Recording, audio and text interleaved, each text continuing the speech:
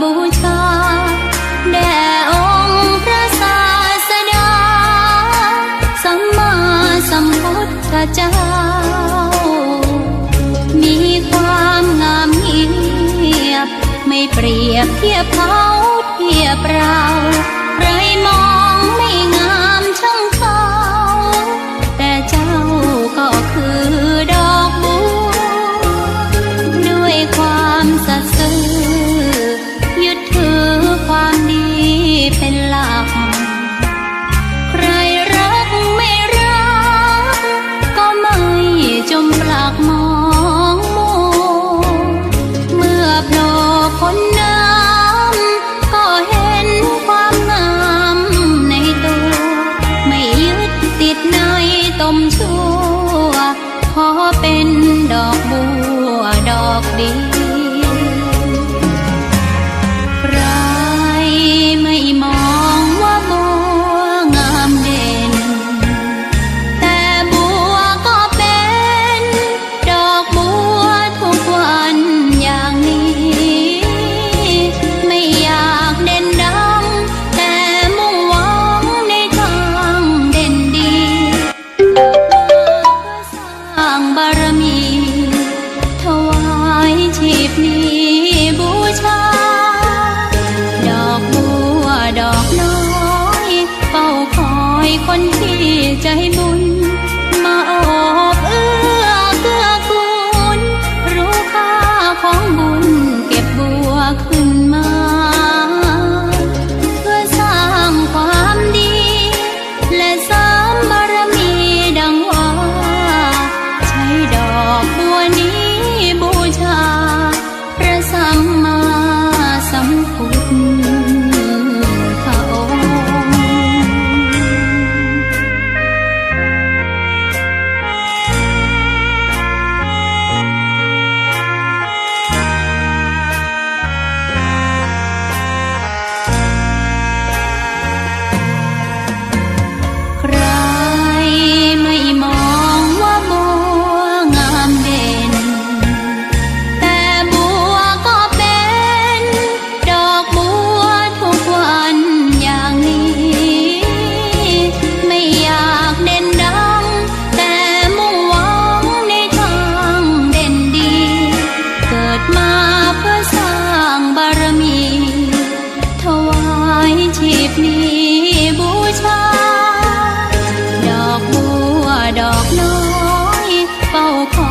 คนที่ใจบุญ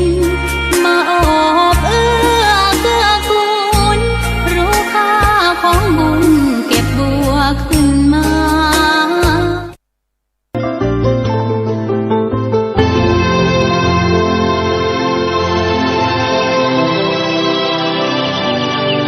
วันนี้เป็นวันพระ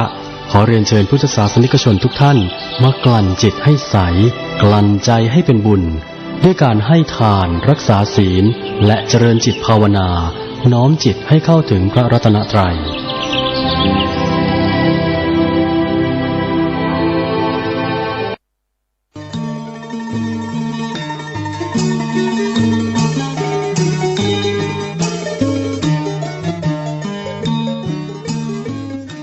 ข่าวสารเพื่อการประชาสัมพันธ์กำหนดการพิธีฉลองตราตั้งเจ้าคณะอำเภอวังเหนือและฉลองตำแหน่งผู้อำนวยการวิทยาลัยสงฆ์นครลำปางพร้อมทั้งฉลองเสนาสนะศาลาปฏิบัติธรรมห้องน้ำณวัดบรรพตสถิตอำเภอเมืองลำปางจังหวัดลำปางตรงกับวันอาทิตย์ที่28 มกราคมพุทธศักราช 2567วันอาทิตย์ที่28 มกราคมช่วงเช้า 9:30 นาทีพุทธศาสนิกชนญาติโยมคณะศรัทธาสาธุชนทั้งหลายพร้อมกันณศาลาปฏิบัติธรรมวัดบรรพตสถิตผู้ว่าราชการจังหวัดลำปางประธานในพิธีจุดธูปเทียนบูชาพระรัตนตรัยและแขกผู้มีเกียรติจำนวน7 ท่านจุดเทียนที่แท่นสัตบัญเจ้าหน้าที่อาราธนาศีลประธานสงฆ์ให้ศีลพระมหานพดลสุวรรณเมธีเจ้าคณะอำเภอวังเหนือเจ้าอาวาสวัดบรรพตสถิตและผู้อำนวยการวิทยาลัยสงฆ์นครลำปาง ถวายธูปเทียนแพรเครื่องสักการะแด่พระมหาเถระผู้เป็นประธานในพิธีนายชัชวาลฉายบุตรผู้ว่าราชการจังหวัดลำปางประธานในพิธีถวายธูปเทียนแพรเครื่องสักการะแด่พระมหาเถระผู้เป็นประธานในพิธีประธานพิธีฝ่ายคฤหัสถ์อ่านตราตั้งเจ้าคณะอำเภอวังเหนือผู้อำนวยการสำนักงานพระพุทธศาสนาจังหวัดลำปางอ่านคำสั่งมหาวิทยาลัยแต่งตั้งผู้อำนวยการวิทยาลัยสงฆ์นครลำปางพระสงฆ์ทรงสมณศักดิ์เจริญชัยมงคลคาถาเจ้าหน้าที่อาราธนาพระปริตพระมหานพดลสุวรรณเมธีเจ้าคณะอำเภอวังเหนือเจ้าอาวาสวัดบรรพตสถิตผู้อำนวยการวิทยาลัยสงฆ์นครลำปางและแขกผู้มีเกียรติถวายจตุปัจจัยเครื่องไทยธรรมแด่พระสงฆ์ในพิธีตามลำดับพระเทพเวทีเจ้าคณะภาค 6กล่าวสัมโมทนียกถาพระสงฆ์อนุโมทนากรวดน้ำรับพรคณะศิษยานุศิษย์อุบาสกอุบาสิกาศรัทธาญาติโยมเข้าถวายสักการะมุทิตาจิตแด่พระมหานพดลสุวรรณเมธีเป็นอันเสร็จพิธีเวลา 11 นาฬิกาถวายภัตตาหารเพลแด่พระสงฆ์สามเณรและเชิญแขกผู้มีเกียรติร่วมรับประทานอาหารเป็นกำหนดการพิธีฉลองตาตั้งเจ้าคณะอำเภอวังเหนือฉลองตำแหน่งผู้อำนวยการวิทยาลัยสงฆ์นครลำปางพร้อมทั้งฉลองเสนาสนะของวัดบรรพตสถิตอำเภอเมืองลำปางจังหวัดลำปางตรงกับวันอาทิตย์ที่ 28 มกราคมพุทธศักราช 2567 ช่วงเช้า 9 นาฬิกาเป็นต้นไปทีมงานถ่ายทอดเสียงของวัดฝายหินตำบลสุเทพอำเภอเมืองเชียงใหม่จังหวัดเชียงใหม่โดยการนำของพระครูสมุวิศวัตรวรกิจโยผู้อำนวยการสถานีวิทยุเพื่อการศึกษาและวัฒนธรรม FM 104.50 เมกะเฮิรตซ์ถ่ายทอดตลอดช่วงพิธีจนแล้วเสร็จงานก็เป็นข่าวสารเพื่อการประชาสัมพันธ์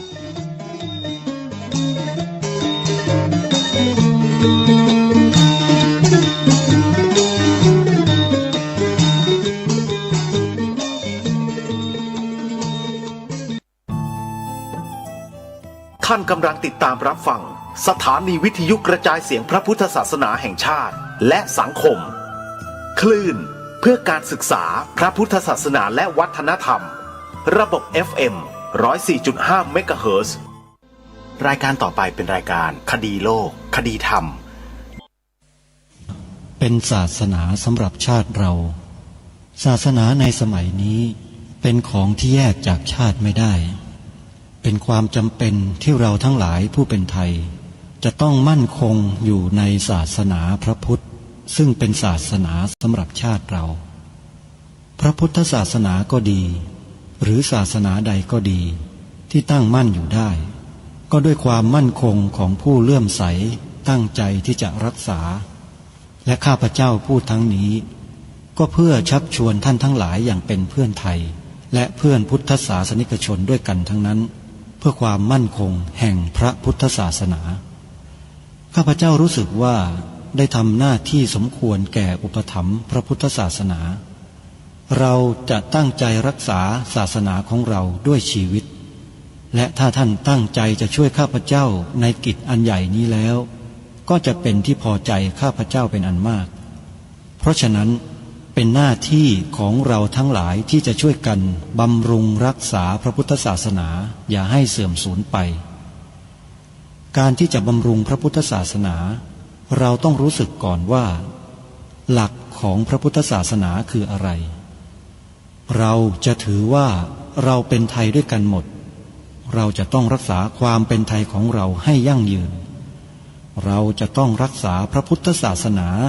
ให้ถาวรวัฒนาการอย่างที่เป็นมาแล้วหลายชั่วโคตรของเราทั้งหลายพระบรมราโชวาทของพระบาทสมเด็จพระมงกุฎเกล้าเจ้าอยู่หัวรัชกาลที่ 6พระบรมราโชวาทก็ดีพระราชนิพนธ์ก็ดีหรือพระบรมราชโองการของพระมหากษัตริย์ถือเป็นบทบัญญัติแห่งกฎหมายทั้งหมดทั้งสิ้นการบัญญัติให้พระพุทธศาสนาเป็นศาสนาประจำชาติไทยไว้ในรัฐธรรมนูญจึงเป็นสิ่งที่ถูกต้อง ทั้งกฎหมายและทางโบราณราชประเพณีการบัญญัติให้พระพุทธศาสนาเป็นศาสนาประจำชาติไทยไว้ในรัฐธรรมนูญย่อมเป็นหลักค้ำประกันให้กับประชาชนคนไทยว่าตนได้ปฏิบัติตามกฎหมายอย่างแท้จริงการบัญญัติให้พระพุทธศาสนาเป็นศาสนาประจำชาติไทยไว้ในรัฐธรรมนูญมิได้เป็นการลิดรอนสิทธิเสรีภาพของผู้ใดแต่เป็นการยืนยันความจริงตามกฎหมายและประวัติศาสตร์ชาติไทยการบัญญัติให้พระพุทธศาสนาเป็นศาสนาประจำชาติไทยไว้ในรัฐธรรมนูญจะทำให้พระพุทธศาสนาได้รับการอุปถัมภ์และคุ้มครองจากรัฐดุจเดียวกันกับที่องค์พระมหากษัตริย์ทรงกระทำมาการบัญญัติให้พระพุทธศาสนาเป็นศาสนาประจำชาติไทยไว้ในรัฐธรรมนูญจะป้องกันพระพุทธศาสนาไม่ให้ถูกลัทธินิกายนอกศาสนากระทำการใดๆได้ด้วยอุบายต่างๆนานาการบัญญัติให้พระพุทธศาสนาเป็นศาสนาประจำชาติไทยไว้ในรัฐธรรมนูญจะทำให้สังคมไทยมีแต่ความสุขร่มเย็นเป็นธรรมทั้งต่อคนศาสนาอื่นและคนสัญชาติอื่นได้อย่างแท้จริงแต่ถ้าไม่บัญญัติให้พระพุทธศาสนาเป็นศาสนาประจำชาติไทยไว้ในรัฐธรรมนูญในอนาคตประเทศไทยจะต้องตกอยู่ในสถานะเดียวกันกับพื้นที่3 จังหวัดชายแดนภาคใต้อย่างแน่นอนถึงวันศุกร์และวันเสาร์อาทิตย์ทางสถานีวิทยุแห่งนี้ท่านผู้ฟังสามารถติดตามนาฬิกาออกอากาศทางสถานีวิทยุวัดป่าจริยธรรมเวลา 11 นาฬิกาและ 1 นาฬิกาออกอากาศทางสถานีวิทยุวัดฝายหินและเวลา 13 นาฬิกาออกอากาศทางสถานีวิทยุวัดบ้านปลาคูนนี่คือสถานีวิทยุที่ออกรายการคดีโลกคดีธรรมภายในแอปพลิเคชันวิทยุพุทธศาสนาทั่วไทยท่านสามารถเลือกเวลาในการรับฟังรายการคดีโลกคดีธรรมได้วันหนึ่ง5 เวลานอกจากนี้ยังมีสถานีวิทยุประจำจังหวัดสุพรรณบุรีนำรายการคดีโลกคดีธรรมออกอากาศอีก2 เวลาเช่นเดียวกันคือสถานีวิทยุพระพุทธศาสนาประจำจังหวัดสุพรรณบุรีวัดสามชุกอำเภอสามชุกจังหวัดสุพรรณบุรีออกรายการคดีโลกคดีธรรมในเวลา 9 นาฬิกาและเวลา 20 นาฬิกาท่านสามารถฟังรายการคดีโลกคดีธรรมผ่านสถานีวิทยุวัดสามชุกได้2 เวลาและออกอากาศทุกวันสาธุชนผู้ฟังทุกท่านงานบุญของวัดวาอารามต่างๆถือว่าเป็นการสร้างบารมีของผู้ที่ทำบุญผู้ที่ทำบุญให้ทานรักษาศีลเจริญภาวนาเป็นปกติให้ท่านทราบว่านั่นคือการสั่งสมบุญบารมีให้ตัวท่านเองท่านทำท่านได้ใครไม่ทำก็ไม่ได้เพราะฉะนั้นบุญรอพวกเราได้ทำกันอยู่ตลอดเวลาสามารถทำที่ไหนก็ได้อยู่ที่ไหนในปัจจุบันนี้ก็สามารถใช้ปลายนิ้วกดทำบุญได้ท่านสาธุชนบุญที่จะขอแนะนำให้สาธุชนช่วยกันทำให้มากตอนนี้ก็คือบุญสร้างมหาอุโบสถของวัดป่าจริยธรรมญาติโยมสาธุชนทุกท่าน อย่าให้ครูบาอาจารย์ที่มีความตั้งใจอย่างแรงกล้านั้น ท่านได้เหือดแห้งกำลังใจลงเพราะการที่เรานิ่งเฉยกันอยู่ท่านเสียสละมาทำงานทำการพระศาสนาด้วยความมุ่งมั่นด้วยความตั้งใจแต่ถ้าไร้คนสนับสนุนส่งเสริมแล้วอาตมาภาพว่าน่าเสียดายอาจจะทำให้ท่านผู้นั้นเนี่ย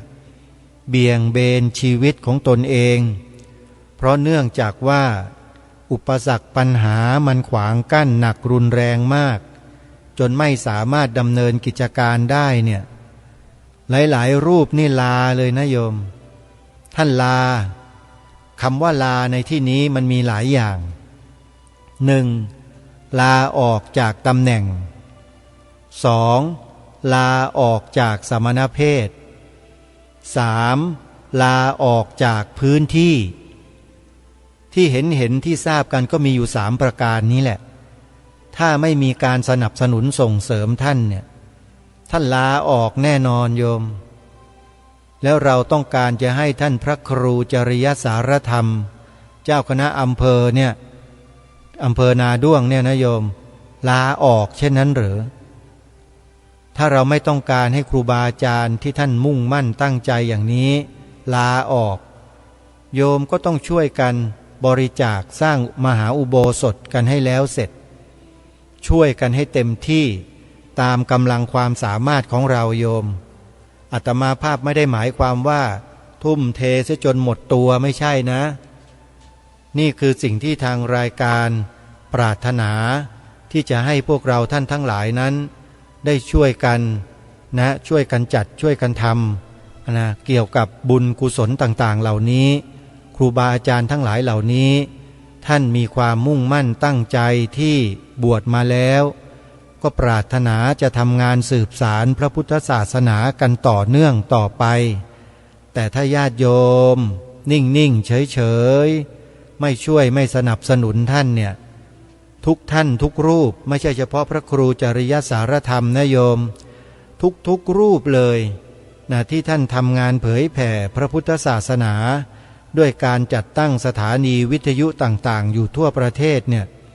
ท่านก็คงจะต้องลาออกไม่อย่างใดก็อย่างหนึ่งนะนี่คือสิ่งที่น่ากลัว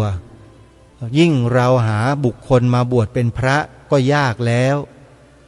จะหาพระที่มาทำงานแบบนี้ยิ่งยากขึ้นไปอีกแล้วอย่างนี้เราจะไม่ช่วยกันสนับสนุนส่งเสริมพระเหล่านี้แล้วเราจะไปสนับสนุนไปทำอะไรที่ไหนกันโยมใช่ไหมฮะเพราะฉะนั้นใครที่จะร่วมทำบุญนะสร้างมหาอุโบสถที่วัดป่าจริยธรรมให้แล้วเสร็จเนี่ยโยมช่วยกันคนละไม้คนละมือจดหมายเลขโทรศัพท์ไว้โยม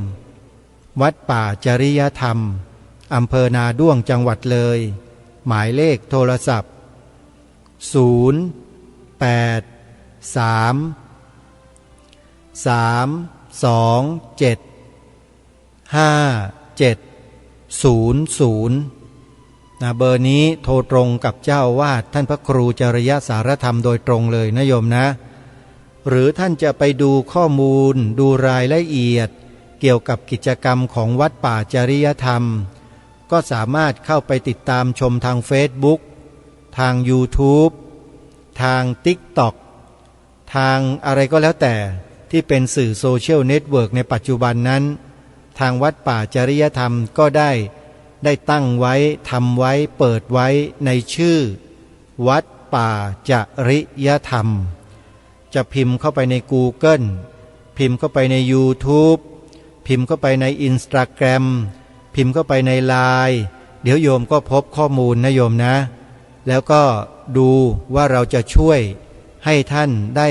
แบ่งเบาผ่อนคลายในความตึงเครียดในยุคเศรษฐกิจที่ดีนี้ได้อย่างไรนะโยมนะ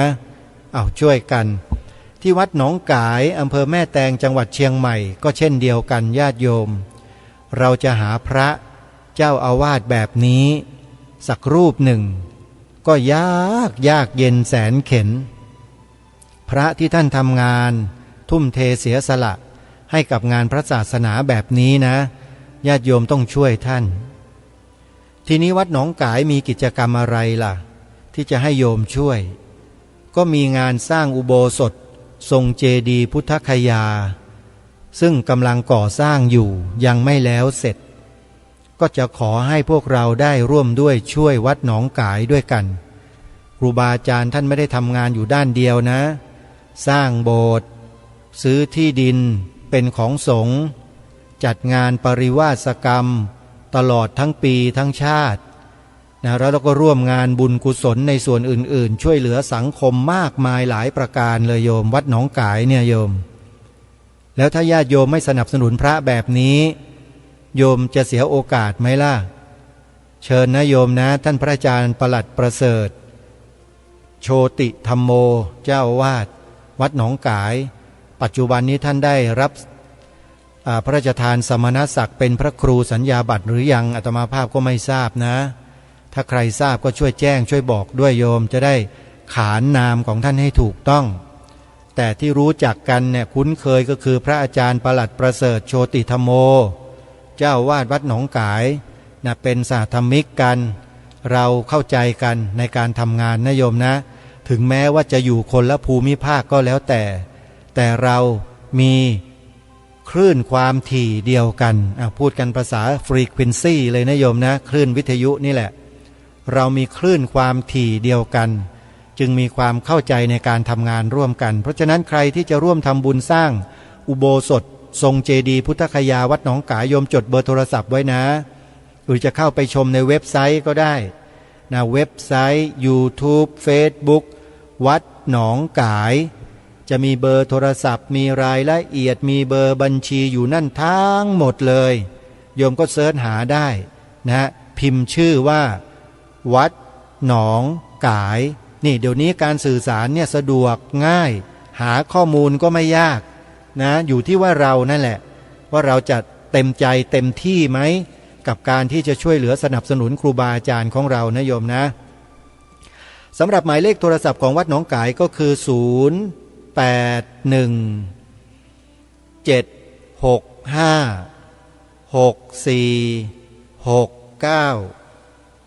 และ083-789-3642หมายเลขโทรเข้าไปทำบุญกันและที่วัดศรีอุดมวงศ์อำเภอวังสะพุงจังหวัดเลยพระครูดมวรานุวัตรท่านก็กำลังที่จะเตรียมงานจัดงานผูกพัทธสีมาปิดทองฝังลูกนิมิตในปีหน้านะโยมไม่ใช่ปีนี้นะปีหน้าประกาศให้ทราบตั้งแต่ต้นปีเลยท่านก็มีความปรารถนามีความหวังที่จะทำให้งานพระศาสนาเจริญรุ่งเรืองนั่นแหละจึงได้ประชาสัมพันธ์บอกญาติโยมไว้ก่อนว่าในปีหน้านะวัดศรีอุดมวงศ์อำเภอวังสะพุงจังหวัดเลยพระครูดมวรานุวัตรจะจัดงานผูกพัทธสีมาปิดทองฝังลูกนิมิตอุโบสถของวัดแล้วญาติโยมเตรียมกายเตรียมใจไว้นะและโดยเฉพาะเตรียมสตังค์ไว้ด้วยโยมไปทำบุญเพราะเงินเนี่ยปัจจัยหรือสตังค์เนี่ยนะโยมมันเป็นสารพัดนึกแก้วสารพัดนึกทั้งหมดมันเป็นตัวแทนของปัจจัยสี่เป็นตัวแทนของปัจจัย5 6 7 8 9 10มันเป็นได้ทุกอย่างเพราะโลกเขาสมมุติขึ้นมาอย่างนั้นเราก็ต้องยอมรับอย่างนั้นไม่ใช่ปฏิเสธเหมือนอย่างพวกเทวทัตทุจินพวกนี้มันเกลียดเงินเกลียดตัวกินไข่เกลียดปลาไหลกินน้ำแกงคนพวกนี้มันคบได้ไหมล่ะโยมมันบอกว่าเงินเป็นอสรพิษแล้วพวกนี้ใช้เงินกันหรือเปล่ามันก็หนีไม่พ้นอสรพิษนั่นแหละโยมใช่ไหมพวกนี้เขาเรียกว่าถมน้ำลายรถฟ้าแล้วก็มาโดนหน้าตัวเองตลอดก็อย่าไปถือสาเลยโยมพวกเทวทัตทุจินโยมนะพวกนี้ถ้าใครอยากรู้จักนะเข้าไปใน YouTube แล้วก็พิมพ์ชื่อนี้แหละพิมพ์ไปใน YouTube เลยทูตเทวทัตทุจินแล้วก็เปิดฟังดูท่านพระอาจารย์มหาอุเทนปัญญาปริทัศน์ท่านได้ชี้แจงอธิบายขยายความไว้อย่างละเอียดเชียวว่าคนพวกนี้เป็นยังไงมาด่าพระทั้งประเทศว่าเป็นมหาโจรกันทุกวันเนี่ยนะโยมลองฟังท่านพระอาจารย์มหาอุเทนดูนะถือว่าเป็นครูอาจารย์ที่ท่านมีความรู้ความสามารถทั้งด้านคันธะธุระ และก็วิปัสสนาธุระทั้งสองส่วนเลยท่านเป็นพระวิปัสสนาจารย์ด้วยนะโยมนะสำหรับสาธุชนที่จะร่วมบุญทำบุญกับสวนป่าสามัคคีธรรมก็ขอวกเข้ามาที่สวนป่าสามัคคีธรรมนิดหนึ่งนะโยมนะสวนป่าสามัคคีธรรมนั้นตอนนี้กำลังต้องการแรงสนับสนุนให้ญาติโยมมีส่วนร่วมในการทำบุญสร้างห้องน้ำสวนป่าสามัคคีธรรมสร้างมาเนี่ย4-5 ปีแล้วยังไม่มีห้องน้ำให้ญาติโยมเลยนะมีอยู่ทุกวันที่ใช้อยู่เนี่ยใช้เพียงแค่ห้องเดียวโยมซึ่งมันไม่เพียงพอแน่เพราะว่าในปลายปี67เนี้ยเดือนธันวาคมสวนป่าสามัคคีธรรมจะจัดงานปฏิบัติธรรมกันสักรอบหนึ่งเพราะครูบาอาจารย์ท่านก็ท้วงติงมาหลายปีแล้ว2-3 ปีแล้วบอกว่าจัดงานสักทีจัดงานสักทีสิสวนป่าไม่จัดไม่ได้นะอาตมาก็ผัดผ่อนมา3 ปีปีนี้ผัดผ่อนไม่ไหวแล้วโยมรับปากท่านไม่นานแล้วว่าจัดเดือนธันวาคมนะวันไหนอย่างไรนั้นเดี๋ยวจะแจ้งให้ทราบจะจัดงานปฏิบัติธรรมสัก1 คืน 2 วันนะโยมนะไม่ต้องเยอะเราน้องใหม่สวนป่าสามัคคีธรรมเนี่ยน้องใหม่โยมยังไม่มีอะไรพร้อมเลยสักอย่างหนึ่งมีแต่ป่ามีแต่ต้นไม้มีแต่หญ้าเจ้าชู้เยอะซะด้วยดินะเดินไปนี่มันเกาะชายผ้านุ่งโยมชายผ้าของโยมเนี่ยติดไปถึงบ้านถึงช่องนู่นนะยังไม่ได้มีการปรับปรุงพัฒนาอะไรมากมายเพราะเราต้องการให้สถานที่เนี้ยเป็นธรรมชาติล้วนๆจะไม่มีอะไรแปลกปลอมขึ้นมามากแต่สิ่งที่ต้องการด่วนตอนนี้ก็คือห้องน้ำถ้ามีปัจจัยเยอะก็สร้างได้เยอะถ้ามีปัจจัยน้อยก็สร้างได้น้อยทีนี้ปัจจัยจะเยอะหรือว่าจะน้อยก็ขึ้นอยู่กับผู้บริจาคปัจจัยอาตมาภาพจะสร้างเนี่ยเป้าหมายคือ20 ห้องแต่ถ้าโยมถวายมาไม่ถึงอาตมาภาพก็สร้างตามจำนวนปัจจัยที่โยมถวายดีไหมโยมไม่ต้องไปกำหนดให้ตายตัวว่าต้องอย่างนั้นต้องอย่างนี้นะอาตมาเพียงแค่ตั้งเป้าไว้ว่าต้องการสัก20 ห้องเพื่อญาติโยมจะได้สะดวกในการใช้งานไม่ต้องไปยืนรอแออัดกันอยู่คอยแย่งใช้ห้องน้ำกันใช่ไหมอาตมาก็เลยคิดอย่างนั้นถ้าใครจะร่วมทำบุญนะสร้างห้องน้ำให้สวนป่าสามัคคีธรรมเพื่อเตรียมรองรับงานปฏิบัติธรรมครั้งแรกในประวัติศาสตร์ของสวนป่าสามัคคีธรรมนะโยมติดต่อสอบถามรายละเอียดร่วมบริจาคกับอาตมาภาพได้โดยตรงที่หมายเลขโทรศัพท์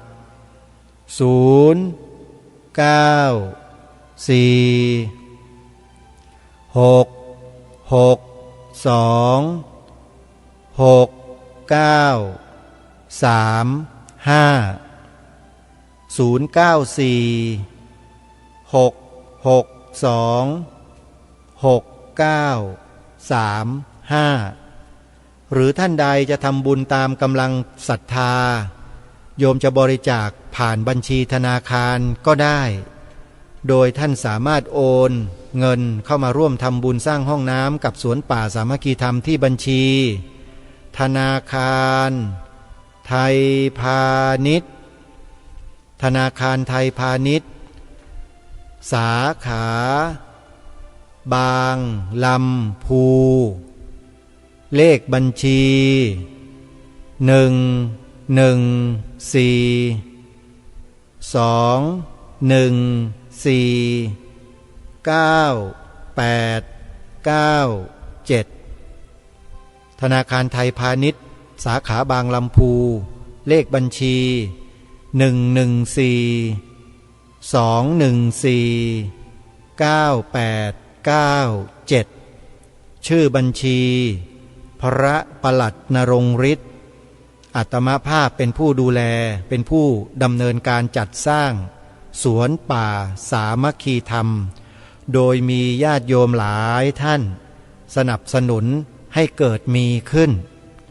ต่อไปก็จะเชิญชวนญาติธรรมญาติโยมในจังหวัดกาฬสินธุ์ขอนแก่นมหาสารคามสกลนครอุดรธานี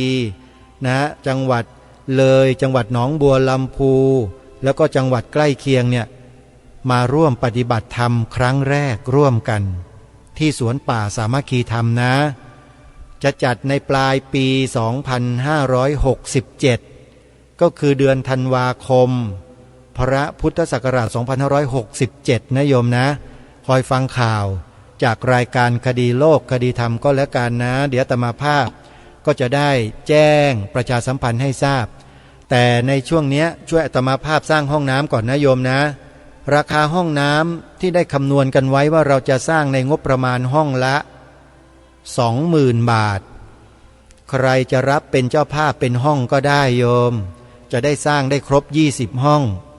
หรือจะทำบุญตามกำลังศรัทธาก็ได้นะแต่ถ้าใครรับเป็นห้องก็จะจารึกชื่อเจ้าของห้องไว้ด้วยเพราะการสร้างห้องน้ำนั้นคือการช่วยเหลือมนุษย์อย่างดีเยี่ยมให้พ้นทุกข์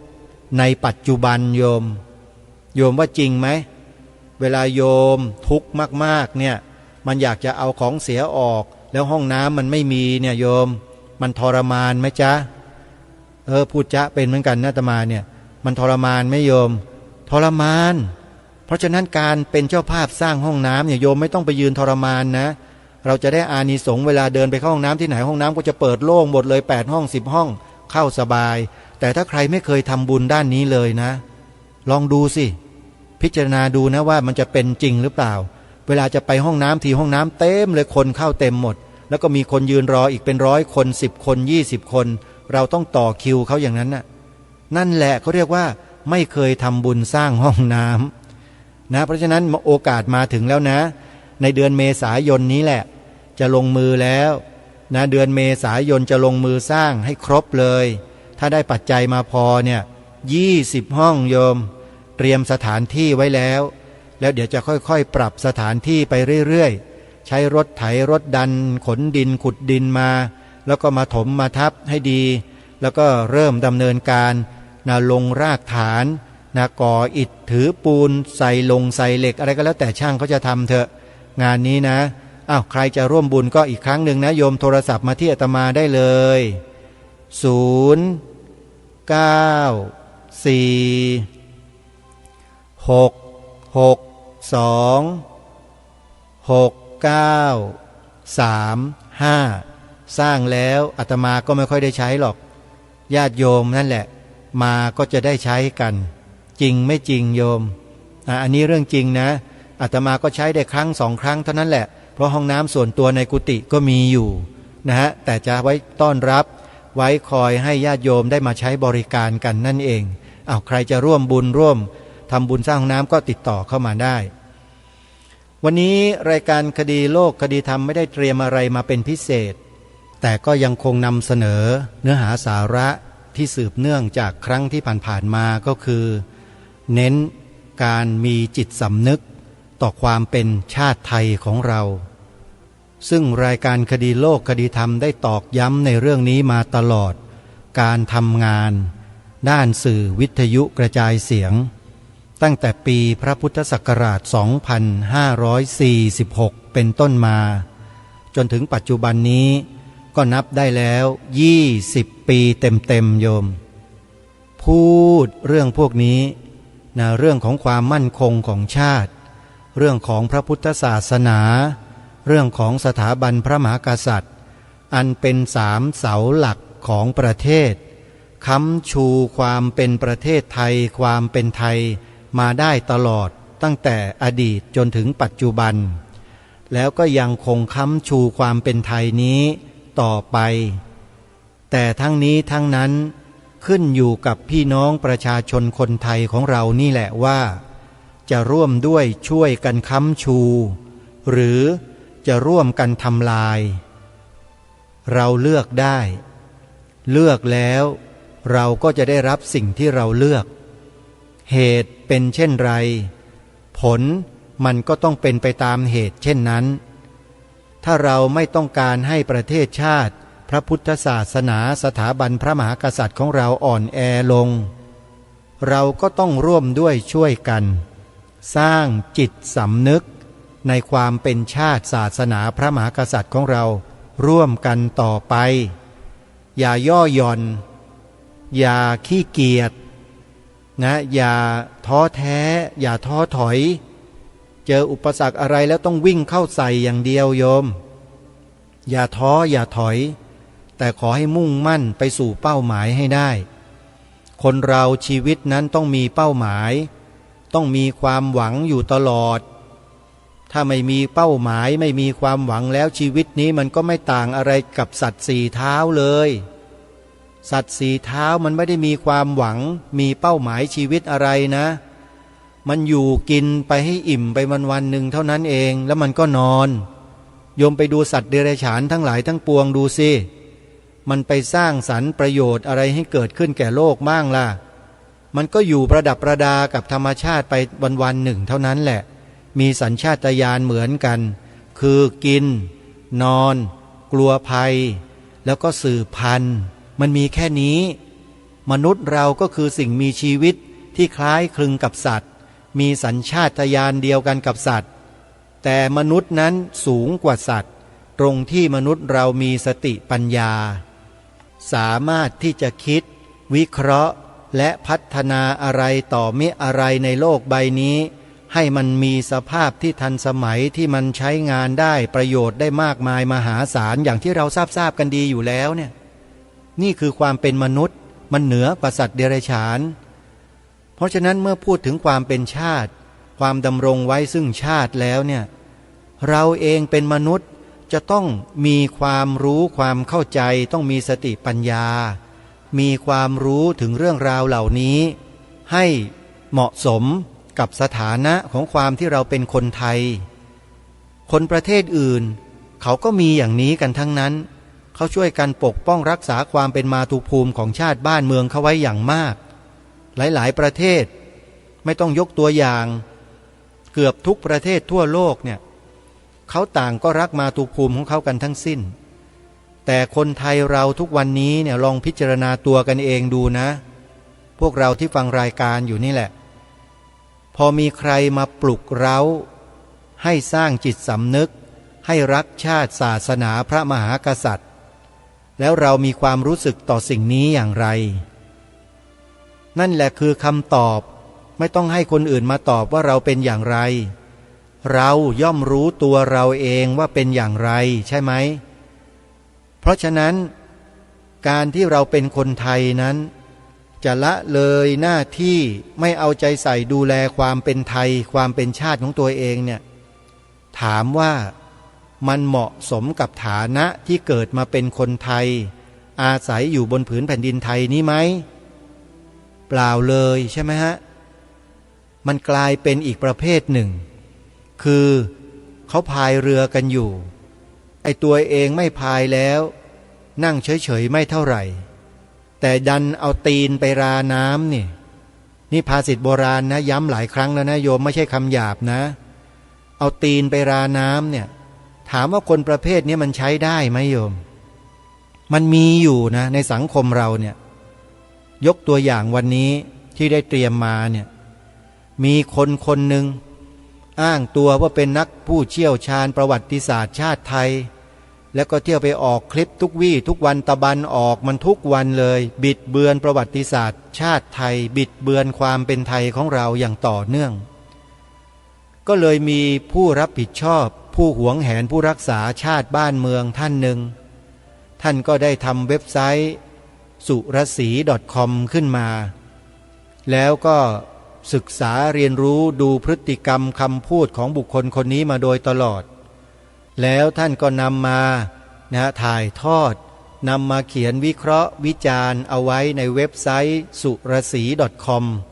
ซึ่งทางรายการก็ได้เคยแนะนำให้พวกเราได้เข้าไปดูไปชมกันแล้วความที่ท่านเขียนเอาไว้ถึงประวัติศาสตร์ชาติไทยฉบับชังชาตินี่เป็นหัวข้อนะเป็นหัวข้อประวัติศาสตร์ชาติไทยฉบับชังชาติลองมาฟังดูนะไม่รู้ว่าจะจบหรือเปล่าหรือเวลาไม่ถึง10 นาทีแล้วโยมกระทู้ถามที่187 เป็นคำถามคำตอบอยู่ในเว็บไซต์ใดเว็บไซต์หนึ่งนี่แหละแล้วผู้ที่เป็นเจ้าของเว็บไซต์สุรศรี .com เนี่ยก็เลยนำมาโพสต์ให้พวกเราคนไทยได้อ่านในเว็บไซต์เบื้องต้นนี้เขาได้นำจดหมายของสมาชิกสภาผู้แทนราษฎรของพรรคภูมิใจไทยคนหนึ่งขึ้นมาเผยแพร่โดยได้ทำหนังสือถึงประธานสภาผู้แทนราษฎรหนังสือนั้นเรื่องนโยบายและมาตรการเกี่ยวกับหลักสูตรวิชาประวัติศาสตร์ในระบบการศึกษาของไทยเรียนประธานสภาผู้แทนราษฎรด้วยการศึกษาอดีตเพื่อเข้าใจปัจจุบันและเห็นแนวทางก้าวสู่อนาคตได้อย่างมีคุณภาพโดยเฉพาะการจัดการเรียนรู้ประวัติศาสตร์ที่ดีจะก่อคุณค่าเจตคติและค่านิยมให้แก่ผู้เรียนท้องถิ่นและประเทศชาติตอบสนองคุณลักษณะอันพึงประสงค์ในหลักสูตรคือรักชาติศาสตร์กษัตริย์และรักความเป็นไทยจึงขอเรียนถามว่า 1. กระทรวงศึกษาธิการมีนโยบายกำหนดแผนงานโครงการบรรจุหลักสูตรวิชาประวัติศาสตร์ชาติไทยไว้ในหลักสูตรการเรียนการสอนของโรงเรียนหรือสถาบันการศึกษาในระดับต่างๆหรือไม่อย่างไรขอทราบรายละเอียด 2. กระทรวงศึกษาธิการมีการสั่งการให้หน่วยงานใดรับผิดชอบดำเนินการออกมาตรการกำกับดูแลส่งเสริมและควบคุมให้มีหลักสูตรวิชาประวัติศาสตร์ชาติไทยบรรจุไว้ในหลักสูตรการเรียนการสอนเช่นระดับประถมศึกษาระดับมัธยมศึกษาระดับอุดมศึกษาหรือไม่เมื่อใดอย่างไรขอทราบรายละเอียดขอให้ตอบในราชกิจจานุเบกษาขอแสดงความนับถืออย่างยิ่งขออนุญาตเอ่ยนามท่านนะสฤษดิ์พงษ์เกี่ยวข้องสมาชิกสภาผู้แทนราษฎรพรรคภูมิใจไทยจังหวัดกระบี่แหมเป็นพี่น้องชาวจังหวัดกระบี่ด้วยน่าภาคภูมิใจมากเลยพี่น้องไทยเจ้าของประเทศจะนำพาชาติไทยรอดหรือไม่อ่านทุกตัวอักษรฟังและดูวิดีโอแล้วทำความเข้าใจคำว่าอัตลักษณ์ไทยจึงจะนำพาชาติไทยรอดจากมือมารอันนี้เป็นการโปรยหัวข้อของเจ้าของเว็บไซต์การโปรยหัวข้อแบบนี้หมายความว่าต้องเกิดปัญหาอะไรขึ้นสักอย่างหนึ่งในบ้านเมืองไทยของเราแน่ท่านเจ้าของเว็บไซต์ท่านนี้จึงโปรยหัวออกมาในลักษณะการตั้งเป็นคำถามแล้วก็ตอบในเชิงที่จะให้ผู้ฟังผู้ชมผู้ที่เข้ามาศึกษามาหาอ่านเนี่ยใช้วิจารณญาณในการวิเคราะห์สถานการณ์ไปด้วยกันอาจจะอ่านไม่จบในวันนี้นะฮะและเดี๋ยววันต่อไปเนี่ยจะนำมาอ่านซ้ำให้ทุกท่านได้ฟังกันเพราะเหลือเวลาไม่กี่นาทีแล้วนะฮะก็จะขออ่านไปสักเล็กน้อยนะโยมนะเพื่อให้ทุกท่านได้มีโอกาสได้ฟังในเบื้องต้นก่อนความต่อมาท่านกล่าวไว้อย่างนี้ว่ากว่าจะเป็นอัตลักษณ์ไทยต้องผ่านการต่อสู้กับอริราชศัตรูสร้างและสะสมบ่มจนเป็นหนึ่งเดียวผ่านความขัดแย้งก้าวสู่ความปรองดองอยู่ร่วมกันอย่างมีความสุขเช่นทุกวันนี้ประสบการณ์ที่ผ่านมาถูกบันทึกไว้ในประวัติศาสตร์ทั้งหมดจะตรงหรือไม่ตรงถูกต้องหรือไม่มิใช่เป็นเรื่องสำคัญเพราะเราเกิดไม่ทันกันทุกคนแต่เรารับรู้ในความเป็นพี่น้องร่วมสร้างชาติมาด้วยกันไม่ทะเลาะกันก็พอแล้วที่ผ่านมา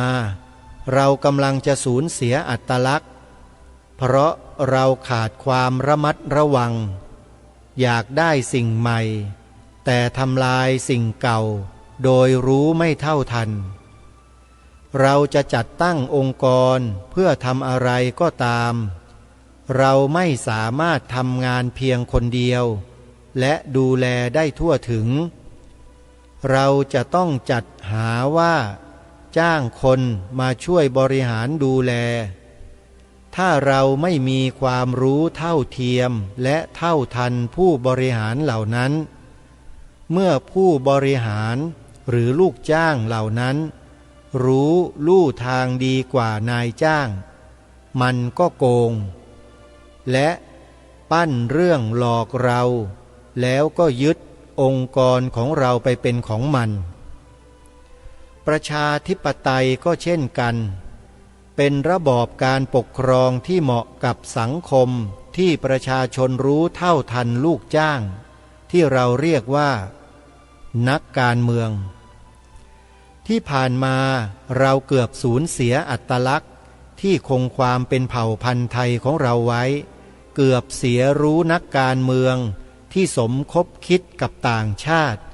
ทำลายสถาบันหลักซึ่งเป็นอัตลักษณ์ของเราเพราะว่าเราขาดความรู้ทางประวัติศาสตร์ขาดความตระหนักในความสำคัญของอัตลักษณ์ไทยคือสถาบันพระมหากษัตริย์สถาบันพระพุทธศาสนาเราถูกล้างความคิดหลักสร้างความคิดใหม่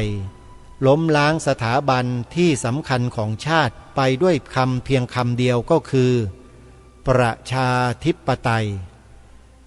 บทความนี้ทำขึ้นพร้อมกับวิดีโอเพื่อให้ตระหนักและชี้ให้เห็นจุดอ่อนในเวลาที่กระทรวงศึกษาธิการร่างหลักสูตรวิชาประวัติศาสตร์ท่ามกลางพายุประชาธิปไตย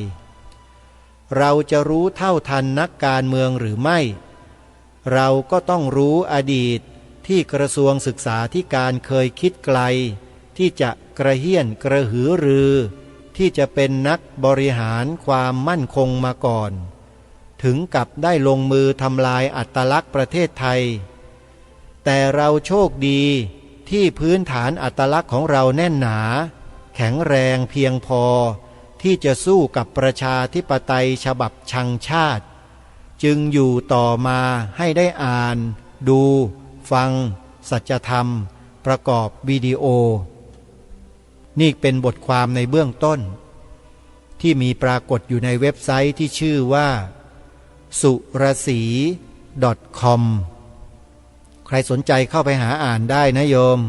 เข้าไปใน Google แล้วก็พิมพ์เป็นอักษรภาษาอังกฤษสุรศรีหะ .com สะกดอย่างนี้ S U R A S I H A .com สุรศรีหะ .com แล้วพบทันทีเว็บไซต์นี้แล้วไปเปิดดูกันนะใครต้องการที่จะอ่านต่อจากเมื่อสักครู่นี้ก็ไปอ่านได้เลยวันนี้เวลาของรายการหมดท่านผู้ฟังต้องขอสมมุติยุติไว้แต่เพียงเท่านี้พบกับรายการได้ใหม่ในวันต่อไปขอความสุขความสวัสดีในธรรมแห่งองค์สมเด็จพระบรมศาสดาสัมมาสัมพุทธเจ้าจงปรากฏเกิดมีขึ้นในจิตใจของท่านผู้ฟังทุกท่านทุกคนเทินขอเจริญพร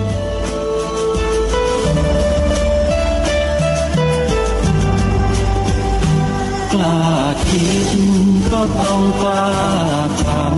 ำอย่ากลัวถ้าทำความดีเป็นศึกษาปัญหาให้ทันท่วงทีเมืองไทยจะพัฒนากว่านี้รายการดีคดีโลกคดีธรรมขอรำพันบรรยายความคิดเครื่องหมายแห่งสีทั้งสามงามถนัดขาวคือบริสุทธิ์สีสวัสดิ์หมายพระไตรรัตน์และธรรมะคุ้มจิตไทยแดงคือโลหิตเราใส ซึ่งยอมสละได้เพื่อรักษาชาติศาสนาน้ำเงินคือสีโสภาอันจอมประชาพระโปรดเป็นของส่วนองค์จับริ้วเข้าเป็นไตรรงค์จึงเป็นสีธงที่รักแห่งเราชาวไทยทหารอว